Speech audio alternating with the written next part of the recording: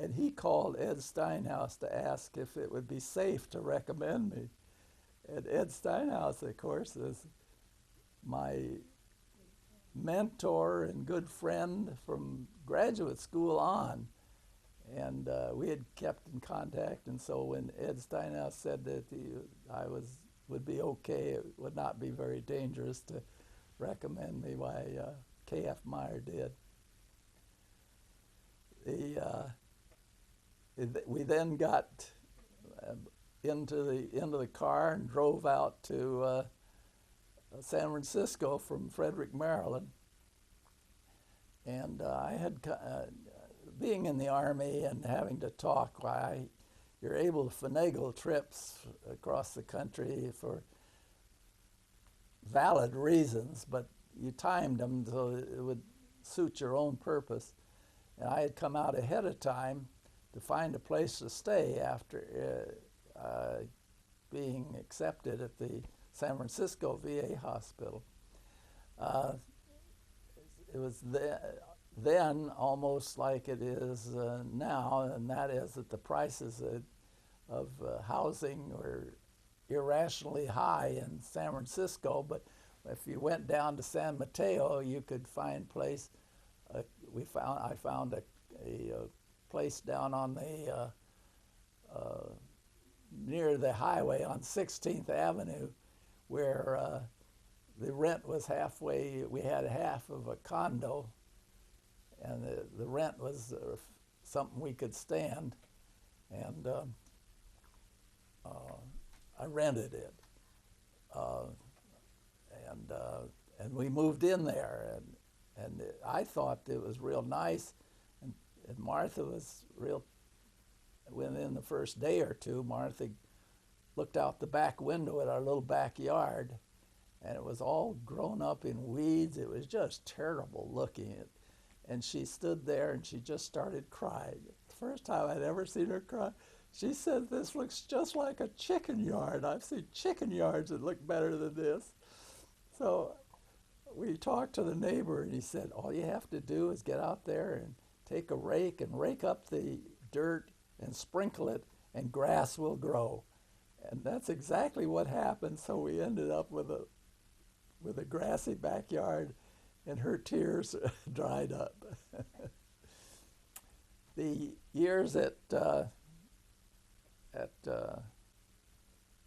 San Francisco VA Hospital were fine years because I got good training, outstanding training. I had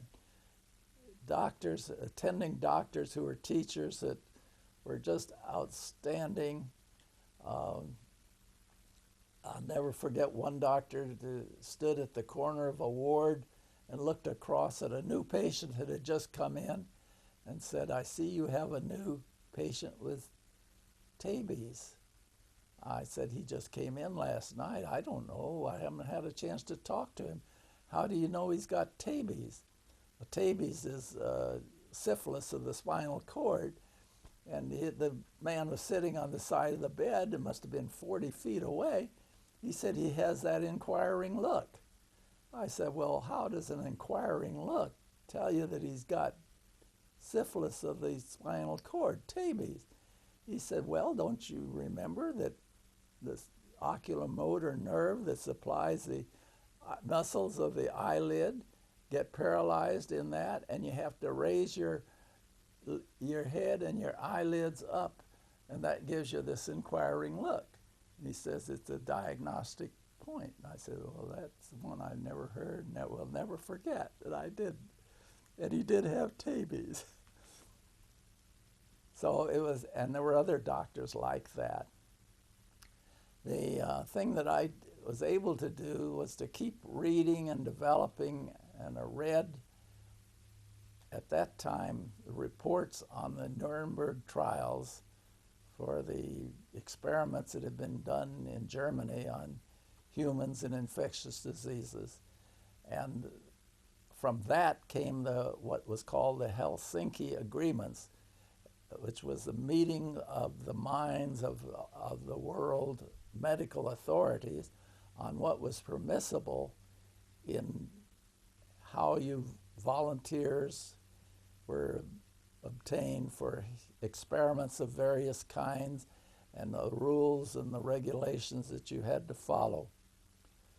And in reading about those, and I was still a consultant to the U.S. Army Camp Dietrich because I guess because they thought what I had to say was worth hearing, worth spending money on.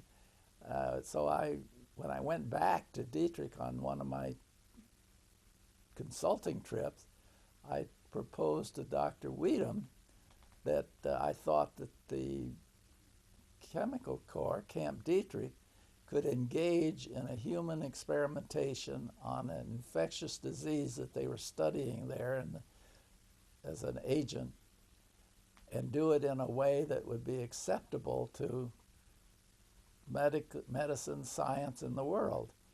And this was very interesting to him, and we talked a little bit about it, and I said, well, that I really was not happy at the idea of practicing medicine in a clinic that I could have done at the conclusion of my training, but that I thought it was important enough, and I would like to do this if they could make me head of a division, and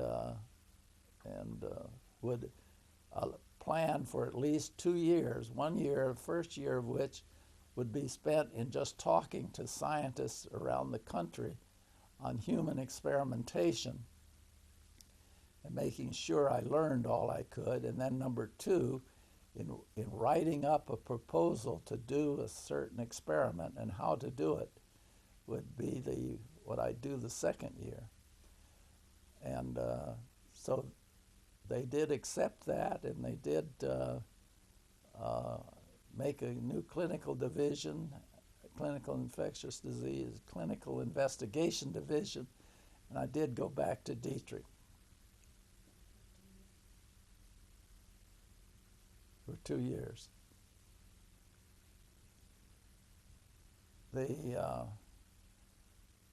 To continue that story, I did visit a lot of important doctors and talk to them, and by a lot I mean 4 or 5, one in Minnesota and one in Cincinnati and so on. And then I wrote up, and I thought about it. I had one other person that worked with me on that, who was an Air Force major who had been assigned to the medical clinical investigation division. So he and I talked and thought about it and wrote up a proposal. And my proposal was that the only bacterial disease that could be handled on that kind of thing was tularemia, or rabbit fever. And tularemia was an important disease from a bacteriological warfare. And we were giving a vaccine which was of debatable value, questionable value, but we thought it had some value. And that would be, our program would be to evaluate whether this vaccine was effective or not. We then wrote that up, submitted the plan to the Secretary of Defense, who was Wilson then. He had me present it to his committee called the Berry Committee, B-E-R-R-Y. Dr. Berry and his committee heard the presentation and thanked me, and then I left. We then got word back within 3 or 4 weeks that the Secretary of Defense had approved the first human experimentation in bacteriological warfare.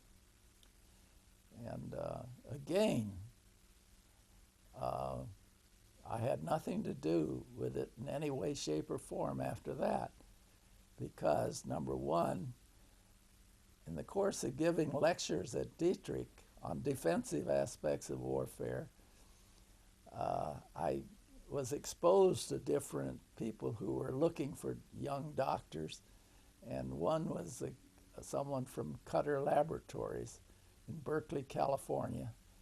And this was in California a job as associate medical director in San Francisco, on the San Francisco Bay, where I could have a sailboat, and it paid more than what I was making then. And had this, I was never going to be head of the Bacteriological Warfare Center, so that it was the best of a lot of different offers, several different offers that I had, and I took it.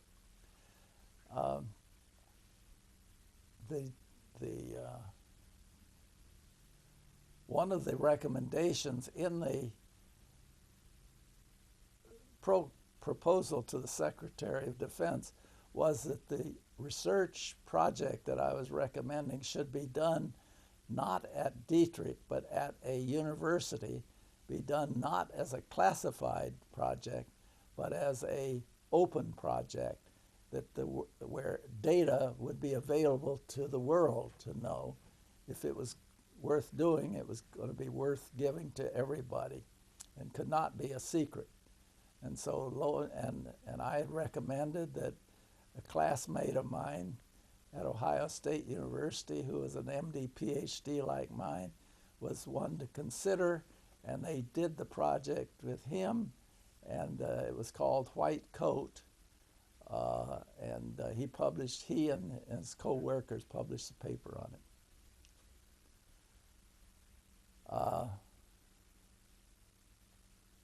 That turned out to be, again, something that had never been understood or projected or suggested by anyone at Dietrich before, so that Weedham congratulated me for doing a good job. And I accepted the job as associate medical director and got Martha to get in the car, and for the 5th time in 10 years, we drove across the country to get started at Berkeley, California, at Cutter Laboratories. I had come out ahead of time and had rented a very modernistic, modern home in Lafayette. And we moved into that house and practically immediately started making arrangements to build, and did the next year complete the house that we are now living in. We had by that time, had a full family to fill up the house, and so a 4-bedroom house was what we had. We had added a new youngest member of the family, John, who was born in Oakland, and Martha's obstetrician, when told that she had not been delivered by her obstetricians in the past, but by either the nurse or a resident, told her that this would be different. He would see to it that he was available by her side when she had the baby. So when she started having labor pains, she went into Oakland to the hospital, and he went in to spend the night there. And she was in the labor room on one floor, and the labor began getting a little more intense, and so they put her in the elevator, called the doctor and put her in the elevator. She delivered John in the elevator. The doctor didn't see her until after the baby had been delivered. We always kidded him after that. He was a wonderful obstetrician, GYN man. John added to our family, which included Bob, who had been born in Maryland and who had driven out with us with the rest of the family. The Cutter Labs was a small laboratory that was good in the sense that I knew everyone from the Dr. Bob Cutter, the head, on down to the janitor.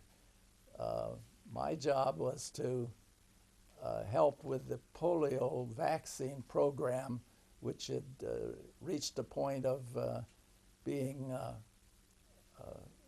the product being released. It was a product that was being manufactured by about 5 different companies, being pushed by the National Polio Foundation, who was headed by a close friend of President Roosevelt's, so that it had a lot of political push on the program. The first thing that, not the first thing, but very soon after my arrival, the product was released, and within about 14 days, there were cases of poliomyelitis occurring in people who had been given injections of the Cutter vaccine. This really caused a lot of trouble. The Dr. Ward, who was my boss and who had been in charge of all of the preparations for the vaccine over the past previous 2-3 years, was telling the Cutter family that the vaccine could not have had the virus in it, and that their public relations approach was to deny it. And of course, this was all on the radio and TV and newspapers. Because of the political pressure, they sent 2 outstanding men out to inspect Cutter to see where, quote, Cutter had made a mistake and had done such a terrible job. One was a virologist who was nationally known, and the other was the deputy director of the Bureau of Biologics, who was very experienced in inspections and really knew his business. I'll never forget, and I was put in charge of it from the Cutter point of view, because, quote, I was not prejudiced, and the idea was to try and expedite and help them in any way they could to do their inspection. I was very anxious and over-anxious, I guess, because I can remember the deputy director saying, "Now, calm down, Dr. Green. We'll ask the questions, and it's up to you to give us the answers. But you're trying to give us the answers before we ask the questions." So I took that good advice.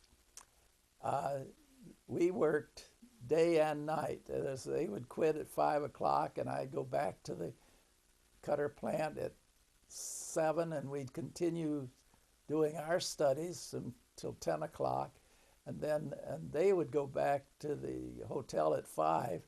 They had rented a whole floor of the hotel in Berkeley and had 17 secretaries working for them, and they would be dictating and copying things that they had